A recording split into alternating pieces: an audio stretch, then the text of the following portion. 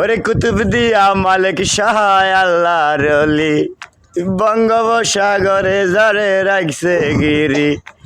কুতুব দিয়া মালিক সহায় আল্লাহর অলি, বঙ্গোপসাগরে যারে রাখছে গিরি। তো গাইস, এতদিন ছিলাম বিদেশে, আজকে আবার চলে এলাম বাংলাদেশে। তার মানে হচ্ছে এতদিন যে ভিডিওগুলো দেখতেছিলেন ওগুলা ছিল বিদেশি একটা জাহাজের, বিদেশি কোম্পানি, সবই বিদেশি।